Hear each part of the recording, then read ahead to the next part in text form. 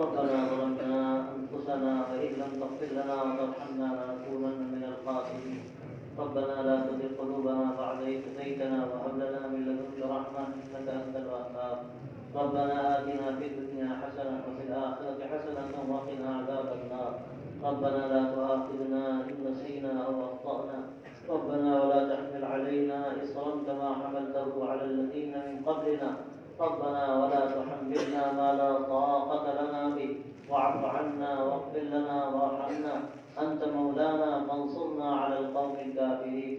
ربنا آتنا من لدنك رحمة وهيئ لنا من أمرنا رشدا. اللهم أحسن عاقبتنا في الأمور كلها وأجرنا من خزي الدنيا وعذاب الآخرة. رب وفقنا لما تحب وترضى واجعل آخرتنا خيرا من الأولى.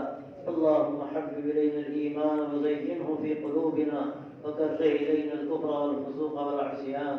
اللهم اجعلنا من الراشدين. اللهم اجعلنا من الذين يستمعون القول فيتبعون أحسنه. اللهم اجعلنا من الذين إذا أحسنوا استبشروا وإذا أساءوا استغفروا. يا حي يا قيوم برحمتك نستغيث أصلح لنا شأننا كله ولا تكلنا إلى أنفسنا طرفة عين. اللهم إنا نسألك الهدى والتقى والعفاف والغنى. اللهم إنا نعوذ بك من جهل البلاء ودرك الشقاء وسوء القضاء وشماتة الأعداء. اللهم إنا نعوذ بك من الحور بعد الكور. اللهم إنا نسألك خير ما سألك من نبيك سيدنا محمد صلى الله عليه وسلم ونعوذ بك من شر ما استعاذك منه نبيك سيدنا محمد صلى الله عليه وسلم. اللهم أنت المستعان وعليك البلاغ ولا حول ولا قوة إلا بالله. یا اللہ ہم سب کے گناہوں کو معاف فرما، ہماری تقصیرات سے درگزر فرما. یا اللہ ہمیں سچی ایمانی زندگی نصیب فرما، ہمارے عقائد کی بھی اصلاح فرما، عبادات میں ترقی عطا فرما، معاملات کو شریعت سے مطابق بنا، تعلقات کو استوار فرما. یا اللہ ہمارے ظاہر و باطن کی اصلاح فرما، ظاہر کو اتباع شریعت سے آراستہ فرما، باطن کو اپنی معرفت و محبت سے معمور و منور فرما.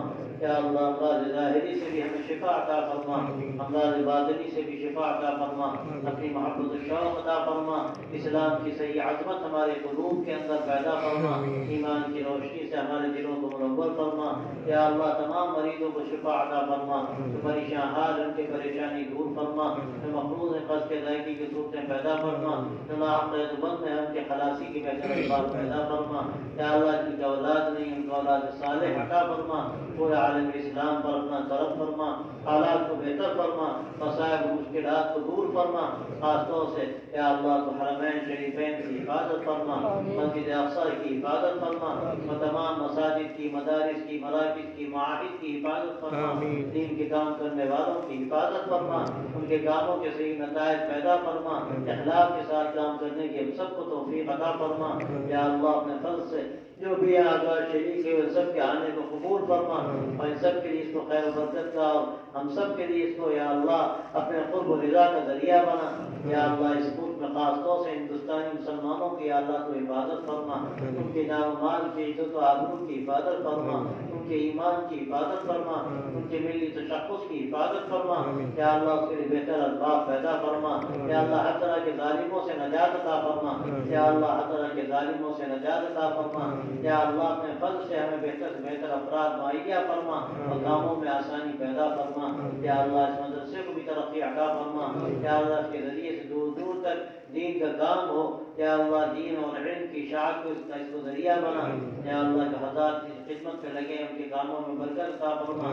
معاونین کو یا اللہ سے بہتر صلہ عطا فرما.